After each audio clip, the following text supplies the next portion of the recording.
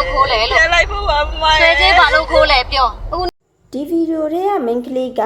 10အဖွားအုပ်ကိုအိတ်ဆေးပတ်စံနေရွှေတွေဖုံးနေခိုးခဲ့တယ်ဖြစ်စဉ်ကတော့ဒီမိန်းကလေးကဒီပုံထဲကအမရဲ့အိမ်မှာအိမ်ကူလှုပ်တာအိမ်မှာအဖွားကိုတယောက်လည်းရှိတယ်ဒီအမတွေအပြင်သွားနေတော့ဒီမိန်းကလေးကအဖွားအုပ်ကိုအိတ်ဆေးပြီးဖုံးနေရွှေတွေပတ်စံနေခိုးခဲ့တယ်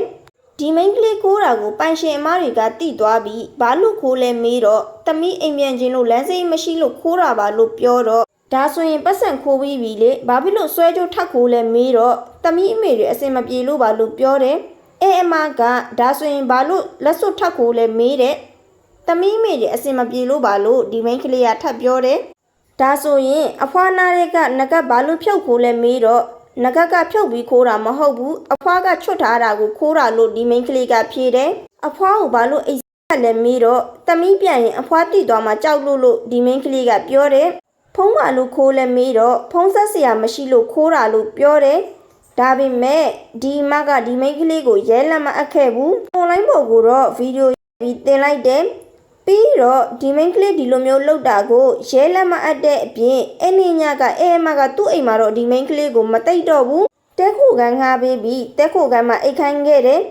သူမနဲ့ပြန်ဖို့အတွက်လည်းလမ်းစိတ်ပါပြန်ပေးလိုက်တယ်တချို့ကြတော့ဒီမကအွန်လိုင်းပေါ်ဒီမိန်းကလေးကိုဗီဒီယိုပြီးတင်လို့မိန်းကလေးချင်းကိုချင်းစာတင်နဲ့မတင်သင့်ဘူးလို့ပြောတဲ့သူတွေလည်းရှိတယ်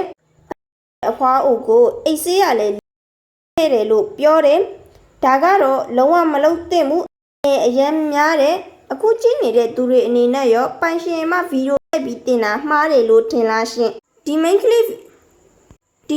ဒီလိုမျိုးလောက်တာနဲ့ပတ်သက်ပြီးတော့ရောဘာများပြောချင်လဲရှင်ပြောချင်တာရှိခဲ့လို့ရှိရင်လည်း comment လေးမှာရေးတော့ခဲ့ပြီးအောင်နော်နေ့စဉ်ည9:00 နာရီတိုင်းမှာလည်းနာမည်ကြီးနေတဲ့သတင်းအကြောင်းအရာလေးတွေကိုတင်ဆက်ပေးနေတာဖြစ်လို့ page လေးကို like and follow လေးလုပ်ခဲ့ပြီးအောင်နော်နောက်ထပ်ဗီဒီယိုတွေမှာပြန်လည်ဆုံတွေ့ကြမယ်နော်